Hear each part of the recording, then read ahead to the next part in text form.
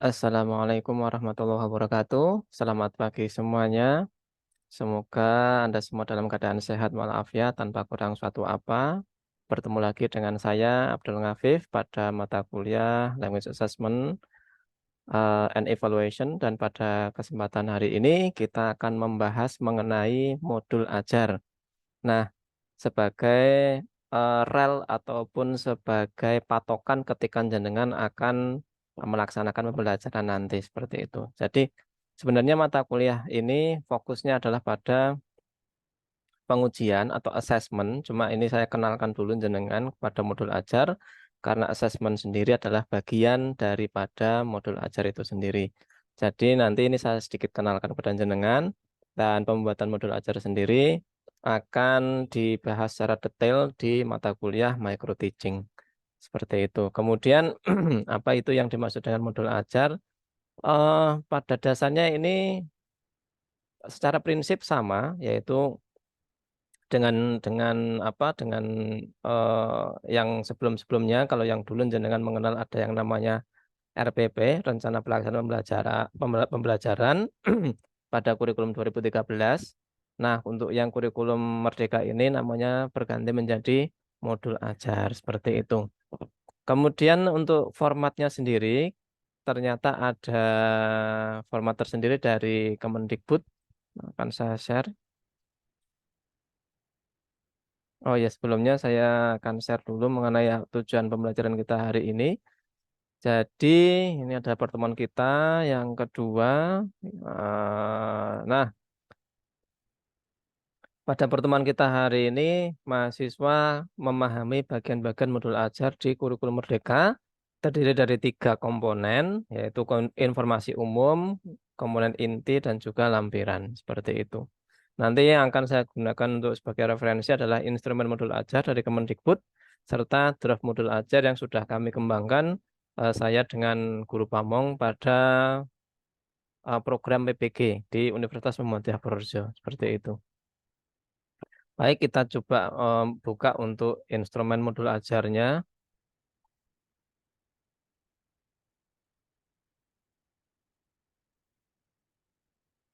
Oke, seperti yang sudah terlihat di layar, bahwasanya terdapat, nah ini adalah instrumen telaah modul ajar. Jadi, ketika seorang guru akan membuat modul ajar, maka harus berpedoman atau berpatokan pada instrumen ini. Ya, itu adalah guru yang baik.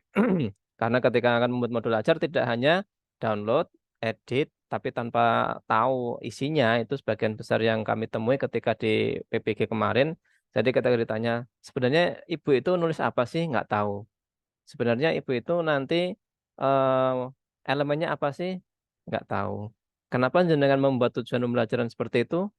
Dasarnya dari mana? Nggak tahu juga. Nah, itu adalah contoh yang kurang baik. Oleh karena itu, ketika jenengan menempuh mata kuliah ini, nanti juga sambil menempuh mata kuliah micro teaching, harapannya adalah jenengan ketika lulus dari mata kuliah ini, nanti jenengan sudah mampu untuk membuat modul ajar yang baik sesuai dengan instrumen telaah modul ajar yang dikeluarkan oleh Kemendikbudristek. Seperti itu. Baik, yang pertama kita mulai dari ini biasa ya, satuan pendidikan atau kalau dulu namanya lembaga. Ya, kalau sekarang namanya satuan pendidikan SMP atau SMA mana, monggo. Kemudian mata pelajarannya adalah bahasa Inggris. Kelas atau fase. Oke. Berkenaan dengan fase, ini ada fase B, C, D, E, F seperti itu, ya. Ini harus melihat, saya stop share dulu yang bagian ini, kemudian saya share yang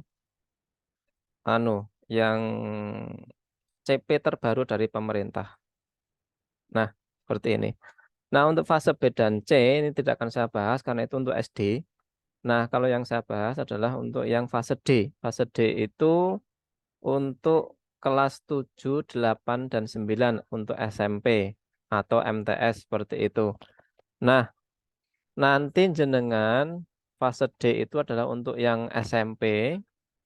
Kemudian untuk fase E itu adalah untuk SMA kelas 10. Jadi di khusus ya untuk fase E itu khusus untuk kelas SMA kelas 10.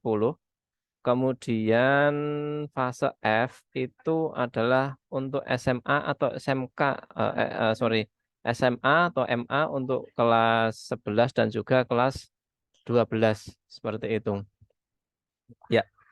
Sedangkan untuk elemennya ini juga nanti apa namanya? Nanti ada hubungannya juga ya, fase E. Jadi setiap fase itu ada apa namanya? Setiap fase itu ada elemennya seperti itu. Jadi untuk elemennya sendiri nanti ada 3 pasang seperti itu. Yang pertama adalah menyimak berbicara, listening speaking. Kemudian yang kedua membaca memirsa, reading viewing. Yang ketiga adalah menulis mempresentasikan, writing presenting seperti itu. Nah, jadi untuk mengisi fase nanti jenengan tinggal menyesuaikan ini. Apakah nanti jenengan mengajar di SMP berarti kan fase D, atau mengajar di SMA kelas 10 itu fase E, atau di SMA kelas 11 dan kelas 12 itu fase F seperti itu. Baik, nanti kita lihat masing-masing isinya ya. Sekarang kita kembali ke instrumen tadi.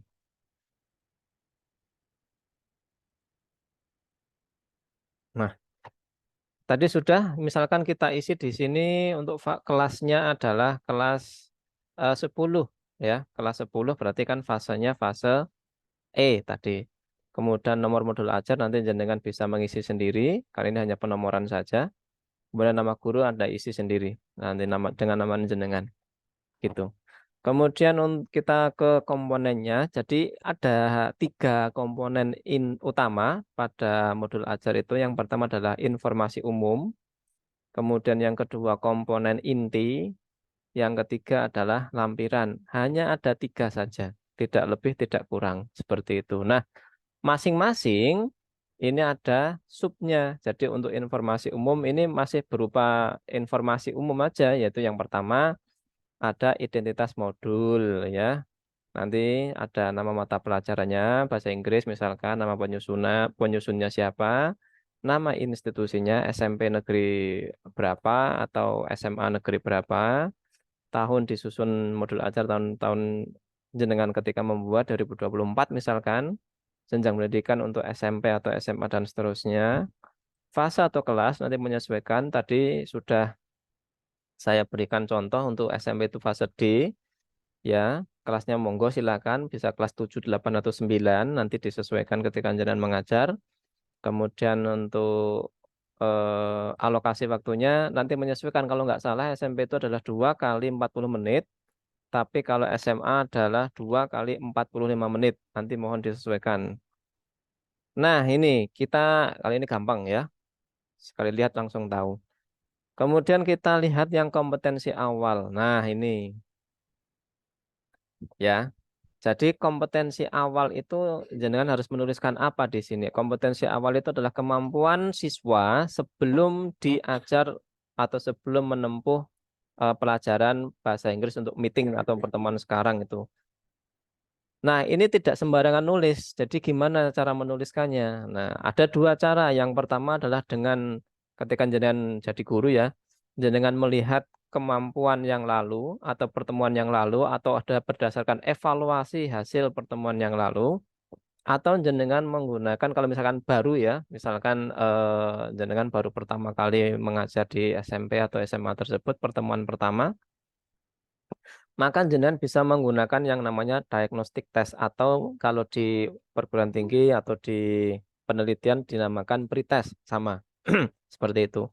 Jadi nanti jenengan itu aspek kognitif ya. Jadi ini untuk kompetensi awal itu lebih ke aspek kognitif seperti itu. Karena di modul ajar nanti ada 2 aspek kognitif dan yang non kognitif. Kalau yang kognitif biasalah yang skill-skill itu ada yang tadi itu ya, elemen-elemen itu listening, apa, mendengar, berbicara, kemudian membaca memirsa, terus menulis mempresentasikan.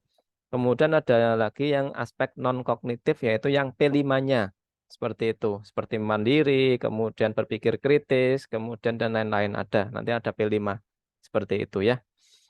Nah, untuk kompetensi awal ini nanti jenengan fokus ke apa namanya, ke kognitif. Walaupun nanti ini kalau di sini dituliskan profil pelajar Pancasila perlu diperbaiki, artinya dia menggunakan, metode yang pertama yaitu melihat, kemampuan yang lalu atau berdasarkan evaluasi dari pertemuan yang lalu, seperti itu. Misalkan gini, untuk kompetensi awal jenengan misalkan, membaca memirsa ya, elemennya ya, kemudian untuk fasenya itu fase E untuk kelas SMA kelas 10. Dan materinya adalah tentang descriptive text. Nah, nanti jangan lihat tujuan pembelajarannya. Jadi, untuk membuat diagnostik tes, itu jangan harus melihat tujuan pembelajarannya. Di mana bisa melihat tujuan pembelajarannya? Ya, tadi di CP yang tadi itu, camper pembelajaran yang tadi itu. Gitu. Oke. Kalau untuk yang descriptive text itu biasanya satu mengetahui informasi umum, dua mengetahui informasi detail atau khusus, yang ketiga adalah mampu untuk membuat kesimpulan atau informasi tersirat. Nah, itu ada tiga itu. Nanti jangan bisa membuat seperti itu ya. Oke, nanti dibuat dulu ini untuk apa? Diagnostik tesnya atau pretestnya. Jadi ini gunanya adalah untuk mengetahui kemampuan awal siswa sehingga jenengan nanti bisa menentukan strategi atau metode ajar supaya nanti siswa itu, kemampuannya itu meningkat seperti itu ya. Oke, yang kedua adalah profil pelajar Pancasila. Oh ya, ini sebelum masuk ke profil pelajar Pancasila untuk kompetensi awal nanti jumlah soalnya nggak usah banyak-banyak. Jadi jenengan cukup karena mengingat waktu, nanti jenengan cukup bisa 10 soal saja atau 10 nomor saja seperti itu. Nanti bisa menjadi, dasar bagi jenengan untuk, menentukan metode yang sesuai nanti seperti itu. Kemudian kita ke profil pelajar Pancasila ya. Nah, untuk profil pelajar Pancasila ini ada P5 seperti itu. Nanti jenengan bisa cari sendiri di internet ada banyak ya. Kemudian tinggal dituliskan aja. Nanti yang jelas adalah yang pertama, eh, yang berkenaan dengan ketuhanan yang Maha Esa. Misalkan contoh kegiatannya adalah berdoa sebelum dan sesudah pelajaran seperti itu. Kemudian nanti jangan misalkan mau ke, mandiri boleh. Jadi mandiri itu nanti jenengan untuk indikatornya siswa mengerjakan secara mandiri LKPD-nya ya, lembar kerja peserta didik. Kalau dulu namanya LKS, lembar kerja siswa. Kalau sekarang namanya LKPD, lembar kerja peserta didik seperti itu. Oke, mengerjakan secara mandiri. Kemudian ada juga yang gotong royong itu nanti nek jenengan misalkan menggunakan metodenya itu ada discovery learning atau problem based itu kan harus ada pengelompokan siswa ya. Nanti jenengan, atau mengerjakan LKPD secara berkelompok. Nah, di situ nanti jenengan bisa lihat melalui observasi atau pengamatan ya untuk bisa mengukur ketercapaian ini profil pelajar Pancasila. Oke, nanti disesuaikan aja 3, 4 atau berapalah monggo. Nah, untuk sarana dan prasarana nanti tinggal ya ini sarana dan prasarana tinggal jenengan menyesuaikan di sekolah aja ya. Nanti, apa itu apa saja sarana dan prasarana, bisa berupa LKPD, bisa berupa LCD, bisa berupa yang lain-lain. Monggo lah nanti bisa disesuaikan. Kalau di lab, misalkan di lab komputer itu kan ada sarana berupa komputer dan juga jaringan internet. Itu juga bisa dituliskan di sini. Tapi kalau enggak, jenengan bisa nanti menuliskannya adalah berupa kalau diizinkan untuk menggunakan HP Android bisa disebutkan di sini ya.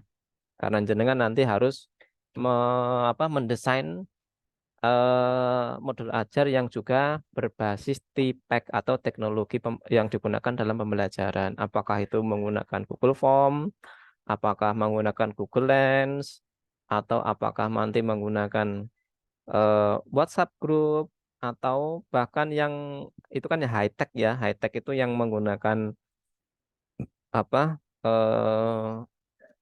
internet connection ya. Kalau yang low tech itu semisal misalkan ada, realia, kemudian ada puzzle, kemudian ada apa lagi ya, misalkan flashcard dan seterusnya ini dituliskan di sini, itu. Kemudian untuk target peserta didik jenengan paham ya, target peserta didiknya itu biasa, eh, misalkan sebanyak 32 siswa kelas 10A misalkan kelasnya seperti itu. Contohnya kayak gitu. Atau kelas 10 dan seterusnya. Oke. Terus model pembelajaran yang digunakan. Nah, ini untuk model pembelajaran yang digunakan ini nanti jenengan bervariasi ya. Jadi model yang namanya model itu gini. Contohnya, jenengan katakanlah kita akan menggoreng tempe seperti itu. Nah, model goreng tempe Kebumen nanti jadinya adalah mendoan. Kemudian model goreng tempe ala Wonosobo nanti jadinya tempe kemul. Model goreng tempe di Purworejo nanti jadinya adalah tempe keripik misalkan. Nah, tentu yang namanya model pembelajaran ini kan berbeda-beda antara satu individu dengan individu yang lain. Nanti jenengan tinggal menentukan satu ya metodenya. Metodenya memakai apa? Apakah discovery learning atau menggunakan apa? Project base atau menggunakan problem base atau menggunakan jigsaw atau menggunakan yang lain ya. Monggo silakan. Ada banyak di situ. Nanti jenengan bisa search di internet ya. Kemudian setelah jenengan tentukan, oh saya mau pakai discovery learning kah? Karena apa? Karena berdasarkan yang saya baca dari Google Scholar ya, itu ada artikel banyak di situ. Ternyata ketika ingin mengajar apa untuk elemen membaca memirsa, untuk materinya adalah descriptive text, yang paling pas adalah di tingkat SMA ya. Yang paling pas adalah dengan menggunakan discovery learning seperti itu. Boleh, enggak apa-apa. Nanti tinggal jenengan apa? Tinggal jenengan nanti mengikuti sintaknya saja. Oke, kemudian nanti dicampur dengan apa? Teknik.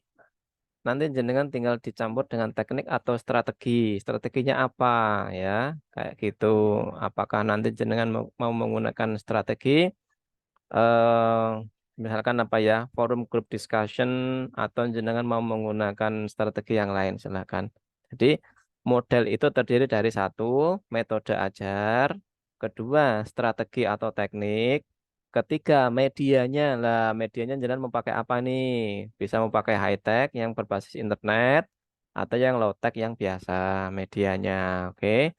Kalau yang media yang biasa itu misalkan gambar. Kemudian jadi jenengan nanti menampilkan gambar di LCD atau jenengan nge-share satu gambar di grup WhatsApp. Nah, itu kan sebenarnya simple tapi itu sudah masuk ke kategori penggunaan tipek. Atau kalau jenengan mau yang agak canggih, jenengan nanti ada gambar tertentu terus di internet, kemudian jenengan unggah, terus jenengan buatkan QR code-nya. Jadi siswa itu nanti ketika akan mengakses gambar tersebut tinggal diarahkan kameranya terus di-scan ya, nanti akan muncul gambarnya. Itu juga cukup menarik untuk digunakan dalam pembelajaran. Jadi monggo lah, nanti jenengan tinggal menyesuaikan kreativitasnya di kelas seperti itu. Nah, terus yang terakhir tipek ya, tadi sudah ada metode, sudah ada strategi atau apa tadi ya, teknik, kemudian ada media, yang terakhir adalah tipeknya, teknologinya. Nah, tadi sudah sempat saya singgung, teknologinya apakah mau menggunakan high tech atau yang low tech. Kalau yang high tech ya berbasis internet, kalau yang low tech yang bukan low tech di makanan ya, bukan, tapi ini low teknologi itu maksudnya. Gitu ya, monggo. Baik, yang kedua adalah komponen inti. Ini adalah yang paling penting ya. Kita masuk ke tujuan pembelajaran. Nanti kita untuk membuat tujuan pembelajaran harus melakukan analisa CP, analisa capaian pembelajaran berdasarkan apa capaian pembelajaran yang setelah diedarkan oleh Kemendikbud. Nanti akan kita bahas lebih lanjut. Kemudian ada pemahaman bermakna. Maksudnya itu gini. Setelah siswa itu mengikuti pelajaran jenengan, mereka itu bisa apa? Misal, untuk menempuh atau mereka gini, untuk bisa mendapatkan informasi umum jadi gini. Siswa Setelah mengikuti pelajaran ini, siswa mampu untuk menemukan informasi umum atau ide pokok, boleh, tidak apa-apa. Setelah mengikuti pelajaran ini, siswa mampu menemukan ide pokok dari sebuah paragraf dengan menggunakan teknik scanning. Misalkan seperti itu. Ya, tadi boleh tekniknya pakai scanning di sini. Mana ya yang model ini ya, tekniknya boleh pakai scanning atau skimming boleh.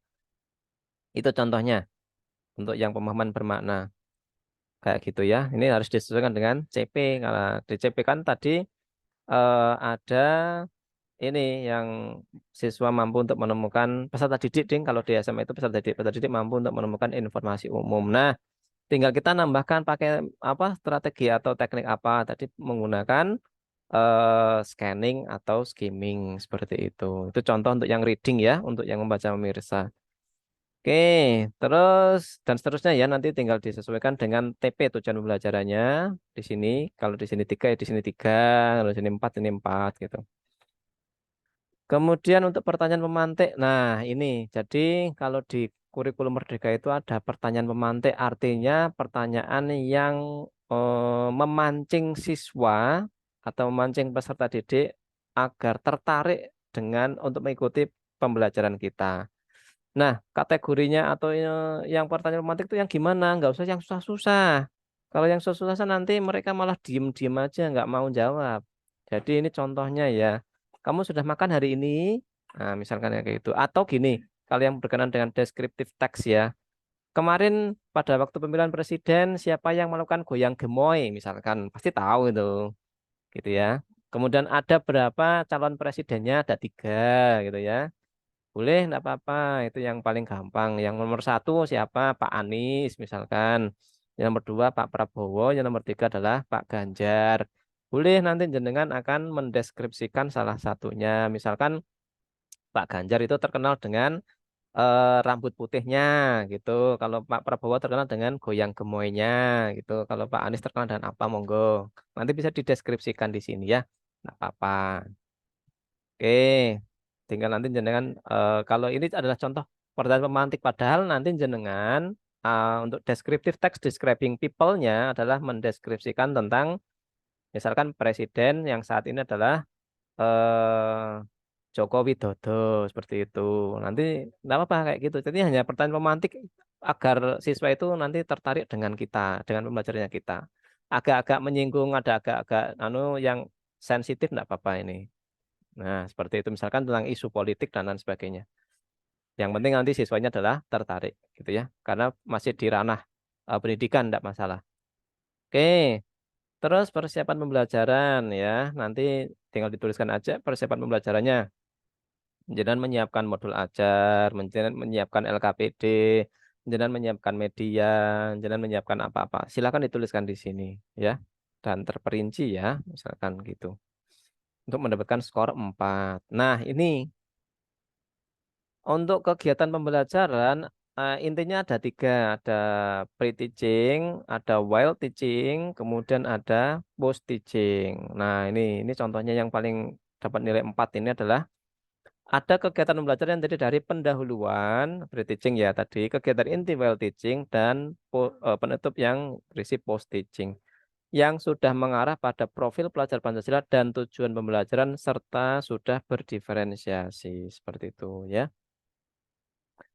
Nah, nanti jenengan akan kita bahas. Nanti jadi untuk pendahuluan gampang lah jenengan seperti biasa itu Bu Guru, Pak Guru nanti ada salam, kemudian ada doa, kemudian ada ice breaking, kemudian yang lain-lain nanti gampang lah kalau yang untuk pendahuluan. Oh ya, ini ngecek apa? Memeriksa kehadiran, presensi dan kayak biasanya itulah. Kemudian untuk yang kegiatan inti nanti tinggal jenengan apa namanya, tinggal melihat metode apa yang dipakai. Kalau tadi menggunakan discovery learning, nanti dengan urut-urutannya seperti apa atau sintaknya ya. Sintaknya seperti apa. Kalau penutup biasanya berisi penarikan kesimpulan dan juga ada evaluasi seperti itu. Nah, ini nanti macam evaluasi dan refleksi. Refleksi itu contohnya gini.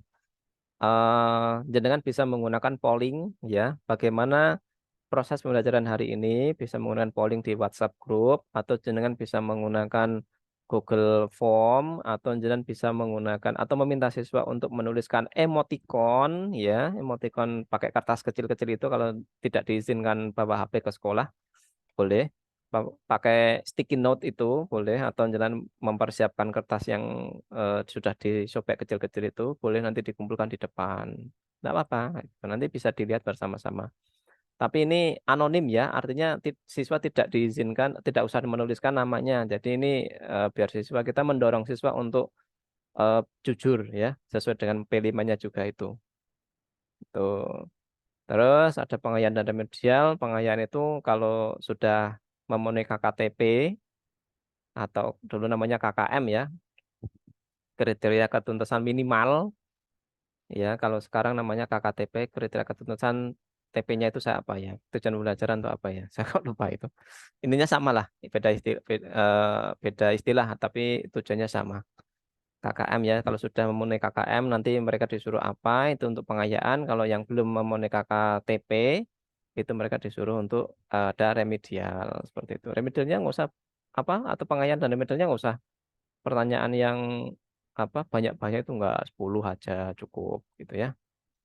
Yang terakhir adalah refleksi. Oh, ini belum ya. Untuk yang terakhir bagian dari inti. Refleksi peserta didik dan guru yang tadi sudah saya sebutkan itu ya, bisa menggunakan polling, bisa menggunakan emoticon, bisa menggunakan Google Form, bisa menggunakan yang lain-lain. Monggo silakan. Jangan tunjuk jari ya. Kalau sekarang biasanya agak malu itu kalau untuk tunjuk jari. Ya pasti jawabnya senang semua. Itu nggak ada yang menjawab nggak senang gitu karena takut dengan gurunya. Nah, untuk mengantisipasi hal itu, maka nanti guru bisa menggunakan model-model yang ala-ala zaman now gitu ya, yang berbasis teknologi. Nah, yang terakhir adalah lampiran. Nah, ini ya, LKPD lembar kerja peserta didik nanti ya, nanti tinggal disusun aja ketika proses pembelajaran LKPD-nya apa. Misalkan untuk yang deskriptif teks disebutkan ada isinya berupa ada teks ya, kemudian di bawahnya ada pertanyaan-pertanyaan. Nah, itu contohnya. Oke, terus bahan bacaan untuk guru dan peserta didik. Nah, ini gampang lah, bahan bacaan boleh bisa dari internet, bisa dari buku, bisa dari sumber yang lain gitu ya. Terus ada glosarium. Glosariumnya itu yang paling gampang, jenengan kalau tahu ChatGPT itu bisa. Nanti jenengan tanya saja sama ChatGPT glosarium untuk apa namanya, glosarium bahasa Inggris. Kalau atau jenengan mau pakai bahasa Inggris adalah glosarium for descriptive text describing people, itu contohnya kayak gitu ya. Nanti jangan bisa menggunakan versi Inggris atau versi bahasa Indonesia, nggak apa-apa. Daftar pustaka. Nah, ini daftar pustaka itu nanti kalau bisa yang bagus itu adalah yang berdasarkan dari hasil penelitian. Ini nanti jenengan cari di Google, Google apa? Google Scholar nanti gitu. Nah, caranya gimana contohnya ya? Yang pertama adalah tentang penelitian tentang apa elemennya. Elemennya kan adalah membaca, pemirsa. Jadi nanti dengan menuliskan kata kunci di Google Scholar, penelitian tentang membaca pemirsa di SMA misalkan kayak gitu. Terus yang kedua berkenaan dengan materi, penelitian tentang descriptive text di SMA misalkan kayak gitu. Yang ketiga, penelitian tentang describing people di SMA misalkan kayak gitu. Ada lebih dari satu ya, ada banyak. Nah, kalau tambah lagi, jenengan bisa menggunakan yang metode tadi. Saya mau menggunakan discovery learning, penelitian tentang discovery learning untuk membaca, untuk elemen membaca, atau untuk descriptive text di SMA kayak gitu. Bisa kayak gitu aja ya. Macam-macam, nanti jenengan tinggal yang tadi sudah dipakai di atas dicari di sini gitu. Nah, kayak gitu aja. Jadi ada 3 elemen utama. Yang pertama adalah informasi umum. Yang kedua adalah inti, komponen inti. Yang ketiga adalah lampiran. Nah, di sini adalah prinsip penyusunan modul ajar ya. Ini ada esensial, ada menarik, bermakna, dan menantang. Tadi sudah sesuai, sudah saya jelaskan.